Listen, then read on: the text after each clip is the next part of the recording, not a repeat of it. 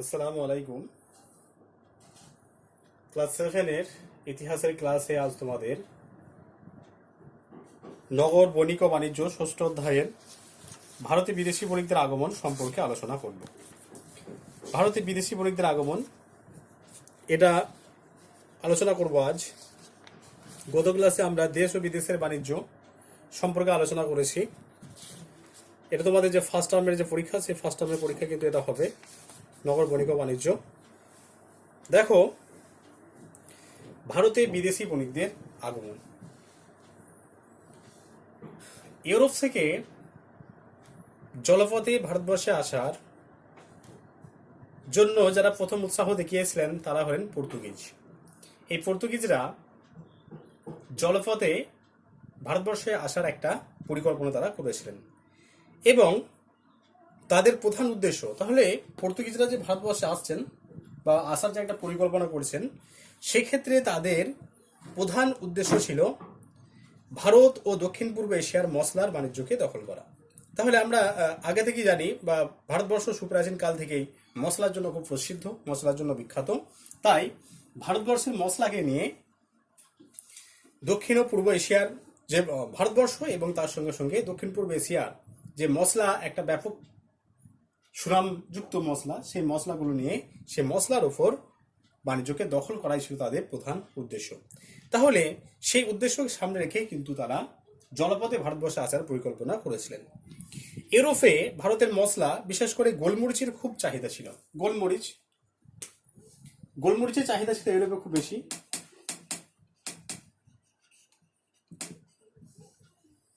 গোলমরিচ তোমরা সকলেই দেখেছো, ছোট ছোট পেঁপে বীজের মতো হয়, কালো কালো, এটা গোলমরিচ।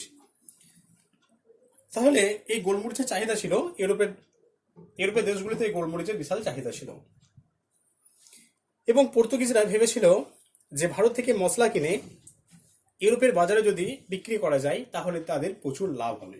এই কথা তারা মাথায় রেখেছিল এবং এই কথাটা মাথায় রেখেই তারা কিন্তু জলপথে ভারতবর্ষে আসার একটা পরিকল্পনা তারা করেছিল। এইভাবে পর্তুগালের রাজার দূত ভাস্কো দা গামা আফ্রিকার দক্ষিণে উত্তর অন্তরে ঘুরে 1498 খ্রিস্টাব্দে ভারতের দক্ষিণ মালাবারের কালিকট বন্দরে এসে পৌঁছেন। তাহলে দেখো, ভাস্কো দা গামা আসার আগে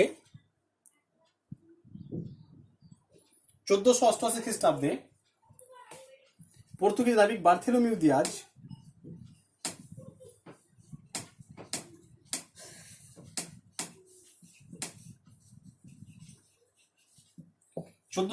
চোদ্দশো অষ্টআশি খ্রিস্টাব্দে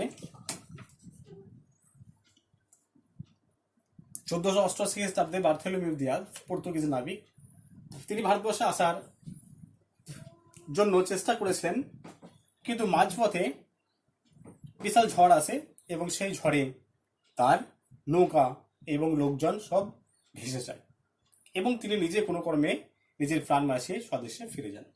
তাহলে এই জায়গাটার নাম ছিল কি? ঝড়ের অন্তরে।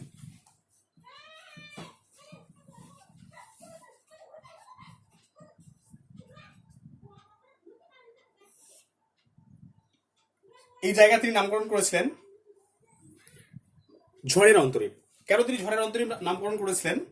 না, এই জায়গায় তার নৌকা ভেঙে চুরমার হয়ে গেছিল, তার লোকজন যারা ছিলেন তারা সব ভেসে গিয়েছিলেন এবং তিনি নিজে কোন রকমের প্রাণ বাঁচিয়ে স্বদেশে ফিরে গিয়েছিলেন। এই কারণে তিনি এই জায়গাটার নাম দিয়েছিলেন ঝড়ের অন্তরীপ। এর ঠিক 10 বছর পর 1498 খ্রিস্টাব্দে ভাস্কো দা গামা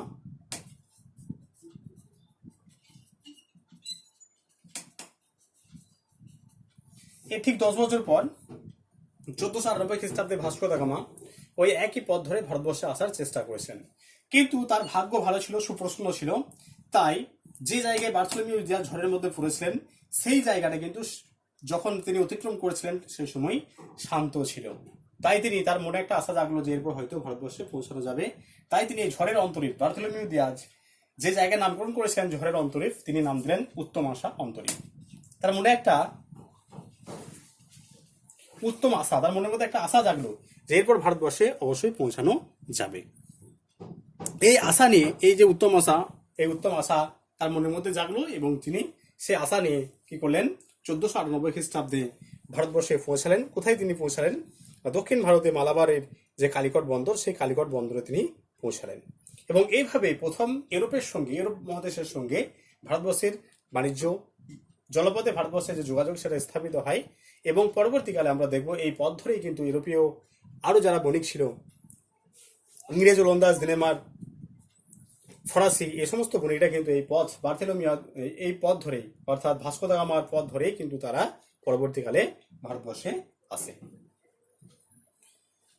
এর সঙ্গে পশ্চিম এশিয়ার বন্দরগুলোর কালিকট বন্দরটি ছিল আরব সাগরের তীরে অবস্থিত এবং এর সঙ্গে পশ্চিম এশিয়ার বন্দরগুলোর খুব ভালো যোগাযোগ ছিল। ফলে নানা দেশের বণিকরা কিন্তু বাণিজ্যের টানে তারা ভারতবর্ষে আসতে শুরু করে। ভাস্কো দা গামার পর পর্তুগিজ নাবিক ডিউক অফ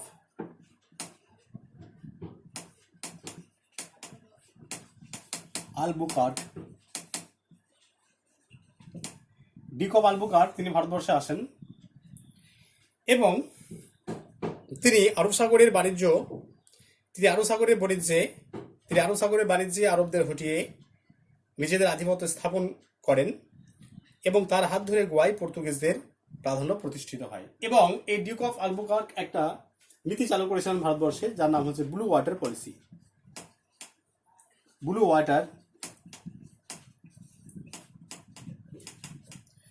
ওয়াটার পলিসি, নীল জল নীতি।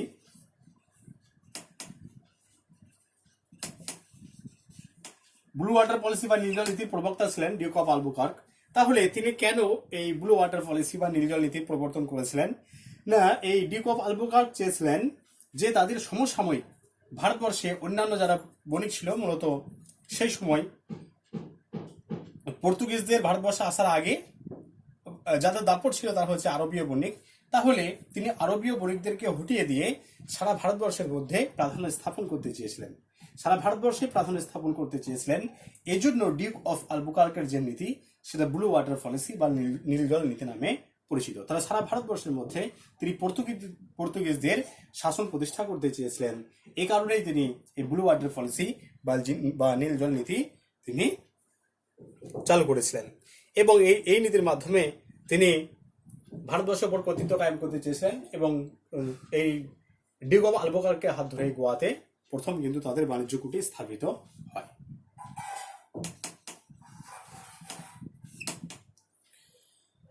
ইউরোপের যে বণিক তারা শুধুমাত্র বাণিজ্যই করতো না, তারা সমুদ্রকেও নিজেদের দখলে রাখার চেষ্টা করতো। তারা যে শুধুমাত্র বাণিজ্য করে নিজের দেশে ফিরে যেতেন তা কিন্তু নয়, বাণিজ্য করার সঙ্গে সঙ্গে এই সমুদ্রকেও তাদের নিজেদের দখলে রাখার চেষ্টা করতেন। তাদের জাহাজগুলি ছিল অনেক উন্নত মানের এবং সেগুলিতে আগ্নেয়াস্ত্র থাকতো। জাহাজগুলি উন্নত মানের এবং সেগুলিতে তারা আগ্নেয়াস্ত্র রাখতেন। এর জোরে তারা আরব সাগর এবং ভারত মহাসাগরে বিশাল ক্ষমতাশালী হয়ে ওঠে। গভীর সমুদ্রে জাহাজ চলাচলের উপর নানা রকম বিধিনিষেধ চালু করার তারা চেষ্টা করে এবং এই চেষ্টা যে তারা করেছিল তা কিন্তু বেশি দূর সফল হয়নি পর্তুগিজদের। এশিয়ার বণিকরা নিজেদের মধ্যে যে বাণিজ্য করত তা চলতে লাগলো। পর্তুগিজরা সেই ব্যবসায় আস্তে আস্তে অংশগ্রহণ করতে শুরু করলো। খ্রিস্টীয় সপ্তদশ শতকে এই পর্তুগিজদের হাত ধরে ইউরোপে অনেকগুলো বাণিজ্যিক কোম্পানির পতন ঘটে। এদের মধ্যে ছিল ইংরেজ, ওলন্দাজ, ফরাসি এবং ডেনমার্ক। এবার হচ্ছে ইংরেজ বণিক ভাস্কো দা গামা ভারতবর্ষে আসার যে জলপথ আবিষ্কার করেছিলেন সেই পথ ধরে ইংরেজরাও ভারতবর্ষে আসেন এবং তারা প্রথম একটা বাণিজ্যিক সংগঠন বা বাণিজ্যিক সংস্থা হিসেবে এসে কলকাতা, গোবিন্দপুর এবং সুতানুটি এই তিনটি জায়গায় বাণিজ্য কুটি স্থাপন করে এবং সেই সময় বাংলার নবাব ছিলেন আলীবর্দী খাঁ। তাদেরকে বাণিজ্য কুটি স্থাপন করতে নিষেধ করেন, তা সত্ত্বেও কিন্তু তারা বাণিজ্য কুটি স্থাপন করে এবং পরবর্তীকালে সিরাজউদ্দৌলার সঙ্গে ইংরেজ ইস্ট ইন্ডিয়া কোম্পানির পলাশী যুদ্ধ সংঘটিত হয় এবং এই পলাশীর যুদ্ধে ইংরেজ ইস্ট ইন্ডিয়া কোম্পানি জয়লাভ করে, বাংলা নবাব পরাজিত হন। এই পলাশীর যুদ্ধে ইংরেজ ইস্ট ইন্ডিয়া কোম্পানি জয়লাভ করার ফলে ভারতবর্ষে ব্রিটিশদের যে সাম্রাজ্য বিস্তার, সেই সাম্রাজ্য বিস্তারের ভিত তৈরি হয় এবং পরবর্তীকালে 1764 খ্রিস্টাব্দে বক্সারের যুদ্ধে বাংলা নবাব মীর কাসিম, অযোধ্যার নবাব সুজাউদ্দৌলা এবং দিল্লির সম্রাট দ্বিতীয় শাহ আলমের সম্মিলিত বাহিনীকে পরাজিত করে। এইভাবে এই বক্সারের যুদ্ধে জয়লাভের পরে ইংরেজ ইস্ট ইন্ডিয়া কোম্পানির ক্ষমতা এবং প্রভাব প্রতিপত্তি বেড়ে যায়। পরবর্তীকালে দেওয়ানি লাভের পর তাদের বাংলা, বিহার এবং উড়িষ্যায় কোম্পানির যে আধিপত্য, সে আধিপত্য অনেকখানি বেড়ে যায়। বাংলার অর্থ সম্পদের সাহায্যে ভারতে ইংরেজরা বাণিজ্য করতে শুরু করে এবং বাংলার যে নবাব, সেই নবাব কোম্পানির হাতের পুতুলে পরিণত হয়। এইভাবে একটা বাণিজ্যিক সংস্থা পরবর্তীকালে ভারতবর্ষে যে ভাগ্য নিয়ন্ত্রক, সেই নিয়ন্ত্রকে পরিণত হয় এবং ভারতবর্ষের সাম্রাজ্য বিস্তারের ক্ষেত্রে তারা প্রধান ভূমিকা পালন করে এবং ভারতবর্ষকে তারা শাসন করতে শুরু করে। দেখো, এই ইংরেজ ইস্ট ইন্ডিয়া কোম্পানি তারাও কিন্তু প্রথমে একটা বাণিজ্যিক সংস্থা হিসেবে গড়ে উঠেছিল এবং পরবর্তীকালে বণিকের মানদণ্ড রাজদণ্ডে পরিণত হয়। অর্থাৎ এই বণিকরা কিন্তু ভারতবর্ষের প্রধান শক্তিতে পরিণত হয় এবং তারা অন্যান্য যারা ইউরোপীয় শক্তি ছিলেন, ডাচ, ডেনমার্ক, পর্তুগাল বা পর্তুগিজ, যারা তাদেরকে পরাজিত করে ভারতবর্ষে তারা শোষণ করতে শুরু করে। তাহলে এই ইংরেজদের পরপরই আরও যারা বাণিজ্যের সঙ্গে যুক্ত ছিলেন তারা ছিলেন ডাচ, ওলন্দাজ, ফরাসি, ডেনমার্ক। তাহলে ফরাসিরা ভারতবর্ষে বাণিজ্য করতে এসেছিল মোগলদের সময়কালে এবং তারা গোয়া, দমন, দিউ এই সমস্ত জায়গায়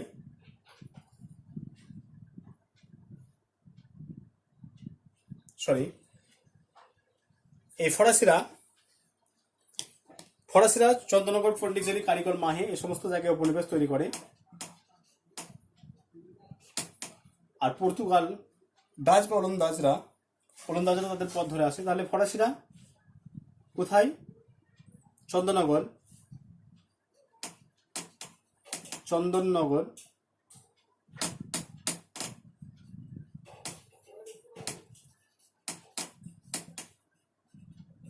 পন্ডিচেরি, কারিকল, মাহে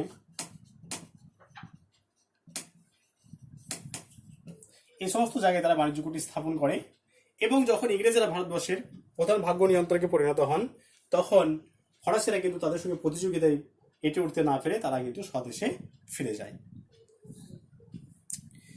ভারতে বিদেশি বণিকদের মধ্যে ওলন্দাজরা পশ্চিম ভারতের সুরাট এবং দাক্ষিণাত্যে মছলিপট্টনম বন্দর এলাকায় তারা প্রভাব বিস্তার করে। মছলিপট্টনমের প্রতি তারা আকৃষ্ট হয়েছিল কারণ দক্ষিণ ভারতের ছিট কাপড়ের খুব চাহিদা ছিল দক্ষিণ পূর্ব এশিয়ার দেশগুলিতে। অন্যদিকে সুরাট ছিল ভারতের পশ্চিম উপকূলে আরব সাগরের প্রধান বন্দর। কিছুকাল পরে ডাচরা বাংলাদেশেও চলে আসে।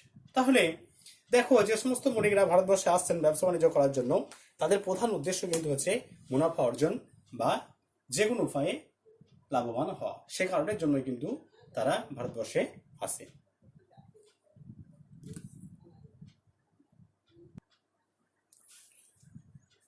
ইংল্যান্ডের রাজা প্রথম জেমসের দূত স্যার টমাস রো জাহাঙ্গীর রাজসভায় এসেছিলেন। ইংল্যান্ডের রাজা প্রথম জেমসের দূত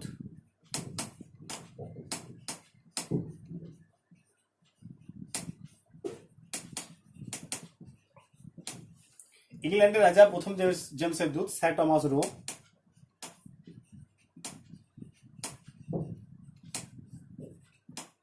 জাহাঙ্গীর রাজসভায় ভারতে আসেন এবং বাণিজ্যিক কিছু সুযোগ সুবিধা তিনি আদায়ের চেষ্টা করেন এবং তার চেষ্টায় আগ্রা, পাটনা এবং বুরহানপুরে ইংরেজদের কুটি স্থাপিত হয় এবং এই কুটি নির্মাণের সঙ্গে কিন্তু ভারতবর্ষের যে বাণিজ্য, সে বাণিজ্যের ওপরে তারা একটা প্রভাব বিস্তার করতে পেরেছিল। তাহলে এই স্যার টমাস রো সম্রাট জাহাঙ্গীর রাজসভায় এসেছিলেন এবং রাজসভায় এসে তিনি আগ্রা, পাটনা এবং বুরহানপুরে ইংরেজদের যে বাণিজ্য কুটি সেগুলো নির্মাণ করতে তারা পেরেছিলেন। মুঘল সম্রাট শাহজাহান দাস ব্যবসা করার অপরাধে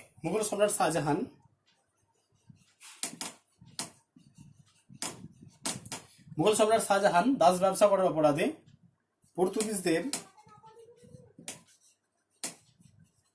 পর্তুগিজদের হুগলি থেকে বিতাড়িত করেন।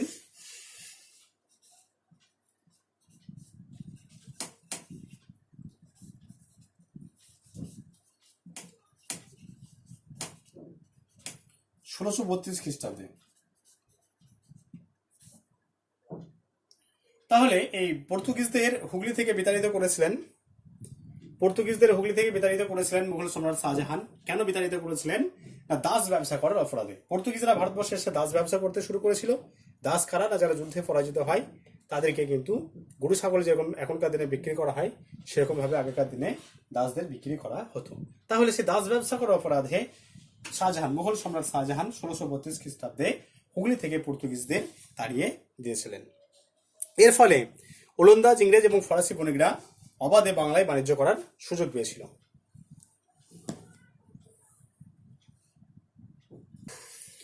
ইউরোপীয় বণিকরা ভারতীয় দালালদের মাধ্যমে কাজ করত। তারা দালালদের দাদন দিত। তাহলে দাদন শব্দের অর্থ কি? দাদন শব্দের অর্থ হচ্ছে অগ্রিম অর্থ।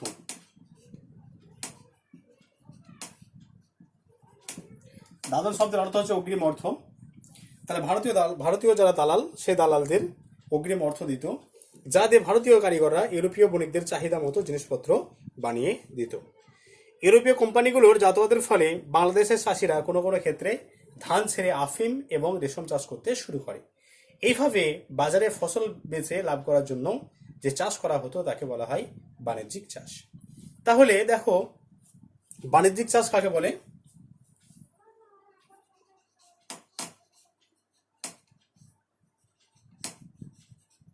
বাণিজ্যিক চাষ অনেক সময় আমরা কি করি না খাদ্যশস্য উৎপাদন করি, কিন্তু আবার কিছু কিছু ক্ষেত্রে খাদ্য উৎপাদন করার পাশাপাশি বেশ কিছু শস্য বা বেশ কিছু ফসলের চাষ হয় যেগুলো বিক্রি করে একটা নগদ অর্থ আসে। তাহলে আমরা দেখব পরবর্তীকালে ধান ছেড়ে দিয়ে বাংলাদেশের বেশ কিছু চাষি তারা ধান চাষ ছেড়ে দিয়ে আফিম এবং রেশম চাষ করতে শুরু করে।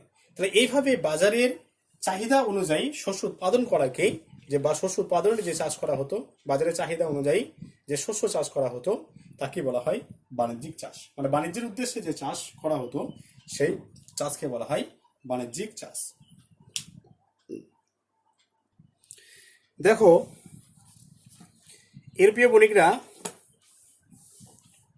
ইউরোপীয় বণিক কোম্পানিগুলি তারা বাণিজ্য ঘাঁটি বানাতে শুরু করে। কোম্পানি কুঠিতে ইউরোপীয় বণিকরা নিজেদের মতো করে বাড়িঘর তৈরি করে এবং এই কুঠিগুলোতে তারা অস্ত্রশস্ত্র দিয়ে দুর্গের মতো করে সুরক্ষিত করে। তাহলে যে কুঠিগুলো তারা নির্মাণ করেছিল, বাণিজ্য কুঠি যেগুলোকে বলা হচ্ছে বাণিজ্য কুঠি,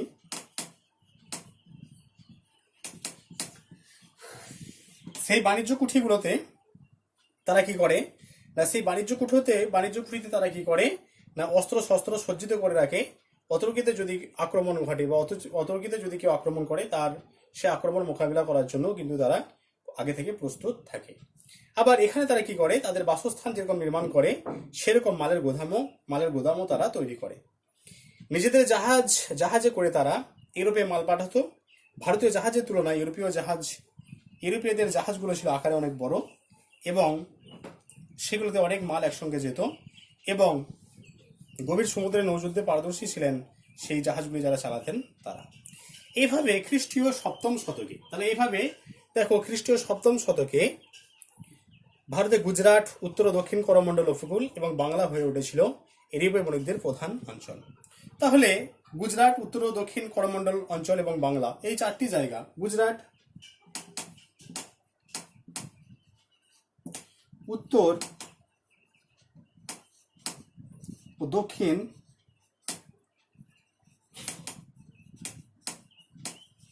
করমণ্ডল উপকূল অঞ্চল আর বাংলা, এই চারটি জায়গা, গুজরাট, উত্তর ও দক্ষিণ করমণ্ডল উপকূল অঞ্চল এবং বাংলা, এই চারটি জায়গা সে সময় কিন্তু প্রধান অঞ্চল হয়ে উঠেছিল। এবং পরবর্তীকালে সুরাট, মছলিপট্টনম, পুলিকট এবং হুগলি ইউরোপীয়দের প্রধান বাণিজ্য ঘাঁটিতে পরিণত হয়। এইসব অঞ্চলে কারিগররা ছড়িয়ে ছিটিয়ে থাকতো সেখানকার গ্রামগুলিতে। করমণ্ডলের গ্রামগুলোতে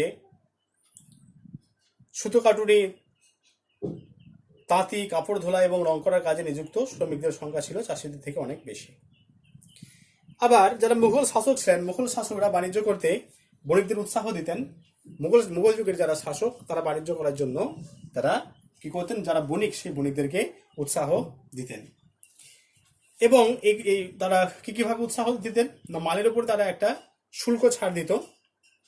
সেই শুল্ক ছাড় দিয়ে এবং কুঠি বানানোর অনুমতি দিয়ে তারা বণিকদের সুবিধা করে দিত।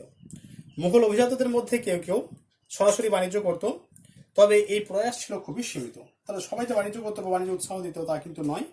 দু একজন হয়তো বাণিজ্যের উৎসাহী ছিলেন এবং নিজেরাও বাণিজ্যের সঙ্গে যুক্ত ছিলেন, তবে সেটা ছিল খুবই কম সংখ্যায়। মুঘল সম্রাটরা রাজপুত্র এবং যারা অভিজাত ছিলেন তারাও নিজেদের প্রয়োজন এবং শখ মেটানোর জন্য তারা কারখানায় কারিগরদের দিয়ে নানা ধরনের শৌখিন জিনিস, অস্ত্র, বিলাসদ্রব্য এই সমস্ত তৈরি করাতো। যে জিনিসগুলো তারা তৈরি করাতো কারিগরদের দিয়ে, দক্ষ কারিগরদের দিয়ে, সেগুলো কিন্তু কখনোই বাণিজ্যের উদ্দেশ্যে তৈরি করা হতো না। তাই ইউরোপে যখন ব্যবসা বাণিজ্যের ভিত্তি করে অর্থনীতি এগিয়ে চলেছিল, অর্থনীতি উন্নতির অনেক দিকে এগিয়ে চলেছিল, সেই সময় কিন্তু ভারতবর্ষের অর্থনীতি ছিল কৃষি প্রধান বা কৃষি কেন্দ্রিক। অর্থাৎ বাণিজ্যের দিক থেকে কিন্তু ভারতীয়রা কিন্তু লাভবান হতে পারেনি।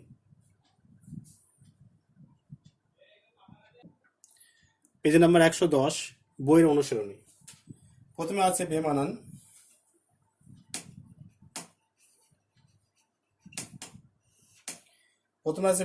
দেখো, 1 ক, শাহজাহানাবাদ।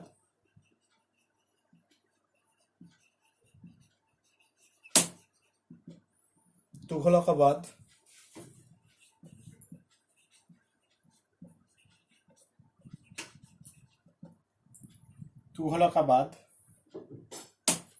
ক্লারাই পিথরা।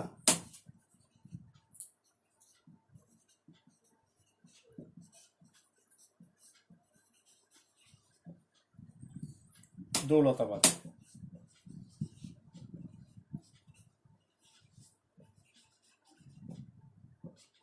এটা হবে ক্লারাই পিথরা।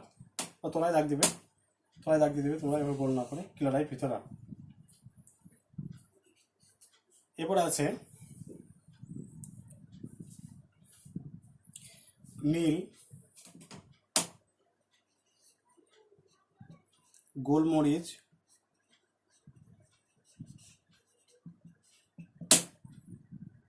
সুতি বস্ত্র,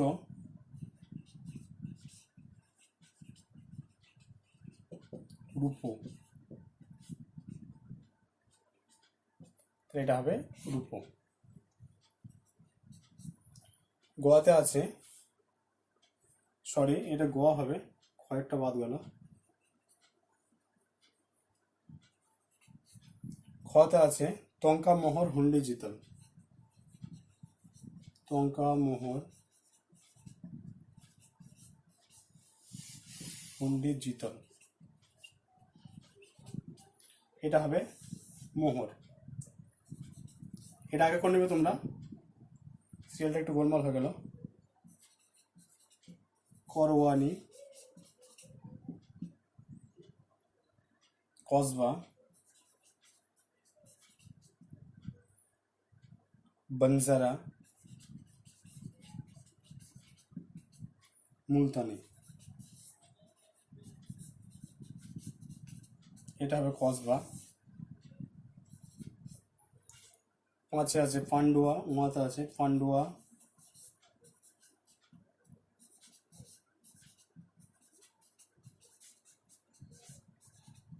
বুরহানপুর, চট্টগ্রাম, গৌড়। এটা হবে বুরহানপুর। দেখো একবার বিমানগুলো।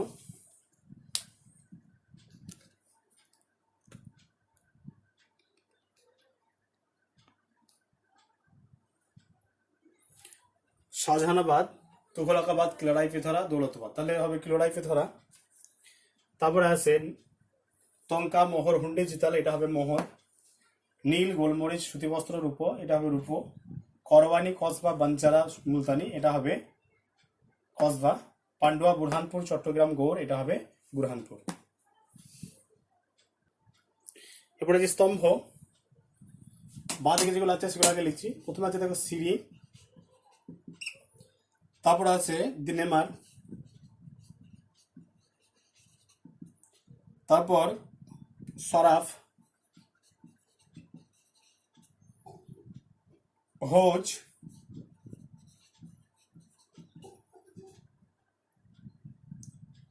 চিরাগে দিল্লি।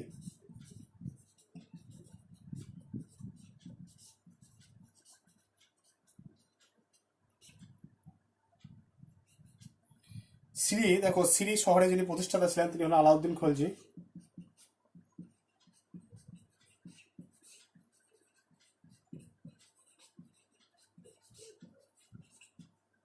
দিনেমার ডেনমার্কের অধিবাসী।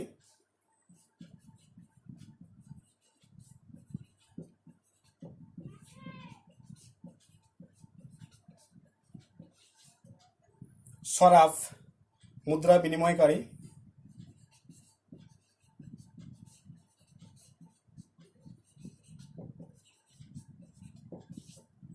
হৌজ জল সংরক্ষণ।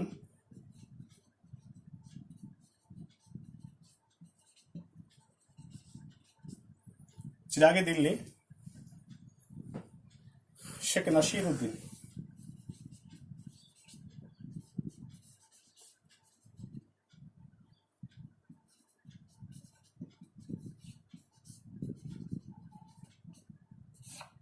দেখো তোমাদের পেজ নাম্বার 110 পাতার যে অনুশীলনের 1 এবং 2 এর যে দাগ, 1-2 এর দাগের উত্তরগুলো করে দেওয়া হলো। আজকে তোমাদের এই অধ্যায়ের নগর বণিক এবং বাণিজ্য যে সমস্ত প্রশ্নগুলো হয় সে প্রশ্নগুলো দিয়ে দেবো। প্রশ্নগুলো কিন্তু বই থেকেই দেওয়া হয়েছে, নিজেরা একটু চেষ্টা করে লিখবে, বা যদি লিখতে না পারো তাহলে যে ভিডিওগুলো রিলেটেড যে ভিডিও, সেই রিলেটেড ভিডিওগুলো তোমরা দেখবে, তাহলে কিন্তু উত্তর লিখতে পারবে। যদি একান্তই কোনো প্রশ্নের উত্তর না পারো তাহলে আমাকে হোয়াটসঅ্যাপে মেসেজ করবে। ঠিক আছে, সবাই ভিডিওটা ভালো করে দেখবে, কিছু বুঝতে না পারলে অবশ্যই আমাকে জানাবে।